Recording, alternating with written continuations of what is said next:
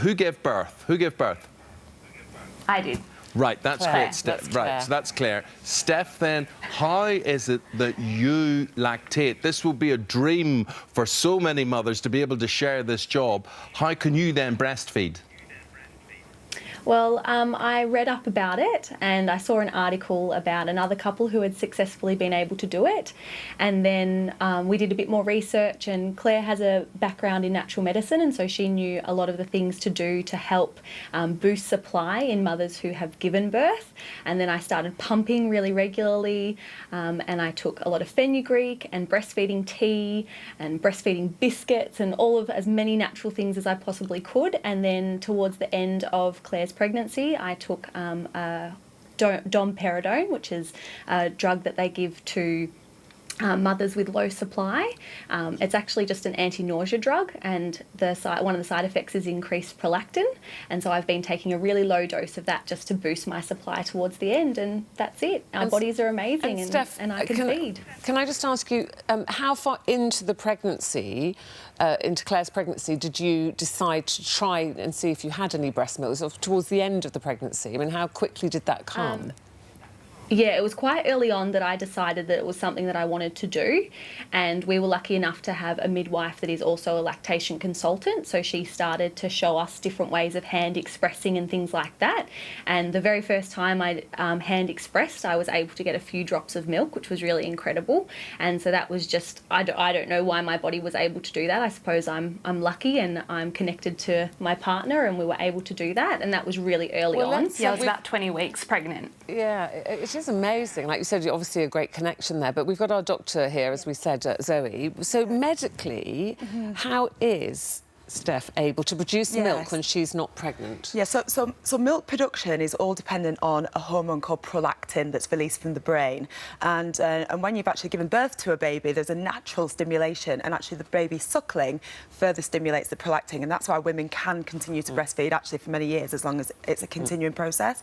So by using the breast pump, and I imagine, it sounds as though it's quite straightforward, but I imagine that was actually really hard work, having never had a baby before. But using the breast pump, combined with these herbs and combined with the domperidone, which is actually a drug that we use for nausea, but a side effect that we know of that drug is it can cause breast enlargement and it can cause milk production. So actually using the benefit of that, it's how it's managed to do it. Steph and Claire were saying that, you know, obviously they're a couple, that they're so connected, they've been very involved together in this pregnancy. But if you want, could any woman, if I got a breast pump and started pumping, would I produce breast milk? So theoretically, it's possible. But as I'm sure Steph will say, it's not necessarily easy. So every woman wouldn't be able to do that, but theoretically it is possible. And theoretically it's actually possible for men to produce some breast milk as well, because men have a small amount of breast tissue.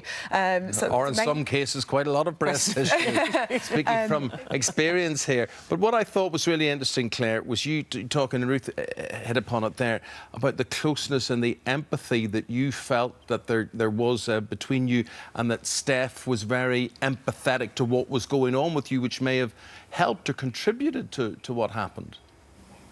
Yeah, potentially. I don't. I guess. You know, being in a same-sex relationship, you know, she understands things that are happening in my body, and potentially that connection was something that made it a bit easier for her. I'm not really sure.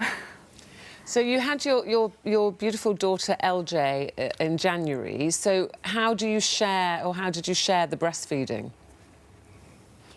So after she was born, I took about a week or 5 days about to let my milk come in, so there was no kind of interruption to that natural process. And then after that time, Steph started feeding, and at the moment she does 2 feeds a day, so one in the morning before she goes to work. It's usually kind of 4 a.m, and I generally get a little bit of an extra sleep at that time. And then the other one she does in the evening when she comes home from work, so it could be 6 or 7 p.m, and that's, you know, another time that I can go and have a shower or get dinner started, and yeah, just have a few minutes to myself. So yeah, it's been a huge help. And how important has it been for you, Steph? People talk about this bonding experience they have with their baby when they're breastfeeding. So how important has this been for you to be involved like this with your daughter? yeah, really, really important. That was the main reason I decided to do it, was to have that time with her and to be able to provide for her in a way that a mother can. Yeah, it's been a really beautiful time for us, and I'm very, very grateful that I've been able to do it. And I was saying to Claire the other day that it's something that's really important to me to be able to do what a mum does and to be recognised in that way, and to come home from work, because unfortunately I'm the one that has to be the breadwinner and go out and work, and to come home and to be able to be a mum and do that sort of thing. It's really important, and it's a beautiful time for us, and I can see that she feels that closeness with me too. And if she's crying, you know, I can comfort her as well. If she's hungry, I don't have to always pass her over to Claire. So yeah, it's really important for us.